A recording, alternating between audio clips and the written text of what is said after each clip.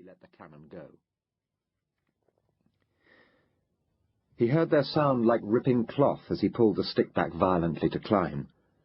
He craned his neck, but could see no gratifying holocaust beneath him, not even isolated fires. When he thought he was out of range of ground defences, he throttled back a little. There was sweat running down his spine. Safe above the Channel waters, he let the plane drift in a circle while he gathered himself. He calculated that he had about half his ammunition left, and went round once more.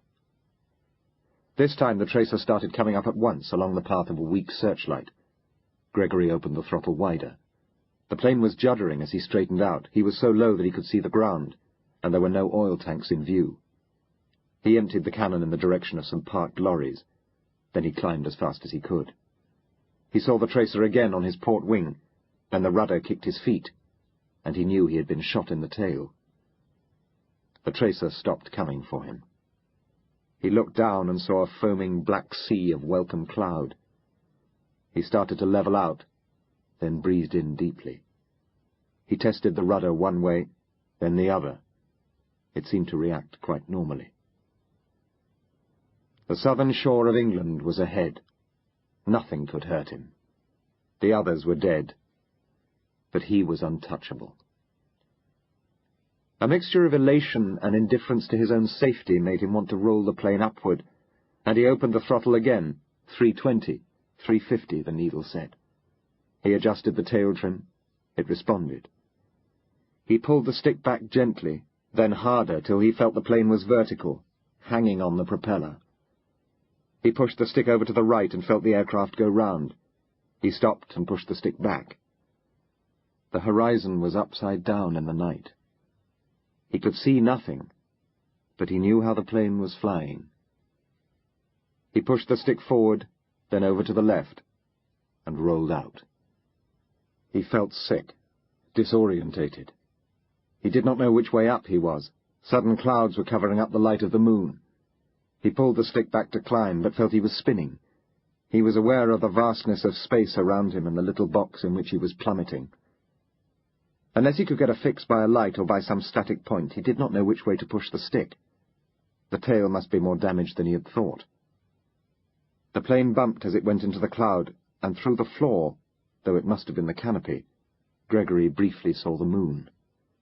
Craning his neck to keep the light in view, he brought the plane up and round on its axis. His back was aching with the pull and from the effort of keeping the moon in sight, as he hauled the invisible horizon to where it should have been, the moon above, the ground below. At the airfield there was the smell of a coke brazier, an anxious red face in the light. How was it, Greg? It was cold. It was 6 o'clock at Waverley Station. The lights on the platform, dimmed for the blackout, were blue and unhealthy. Up on Princes Street, a young woman was kissing her mother goodbye and handing her 2 suitcases to a porter. "Have to run, lassie. It leaves in 2 minutes." The porter moved down the ramp, weighed and balanced by the cases. The young woman hurried after him, the tightness of her skirt about the knee preventing her from running properly. The train was 5 minutes out of Waverley Station, and the blinds were down by the time she saw a spare seat through the glass door of a compartment. Inside were a pair of young Englishmen with golf clubs. One lifted an eyebrow to his friend as though to register his irritation, but smiled politely when he hauled back the door and offered to help with the suitcases. "I hope I'm not intruding. The train's very full." "Not at all. Do come and sit down." The other man rose unsteadily from his seat and helped to hoist the cases onto the luggage rack. The young woman thanked them, then withdrew into herself by folding her hands on the lap of her grey suit and looking through the glass door into the corridor.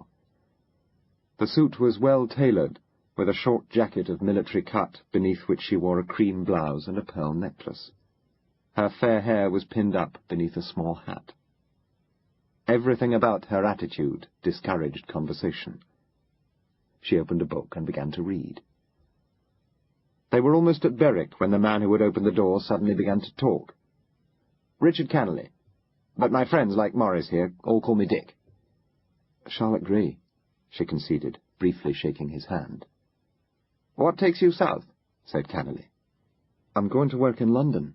She had a slight Scottish accent. "I wanted to do something to help." "The good old war effort," Cannelly laughed, and a lock of fair hair fell down over his forehead. "And are you from Edinburgh?" "Not originally." "I thought not. Your voice is not as precise."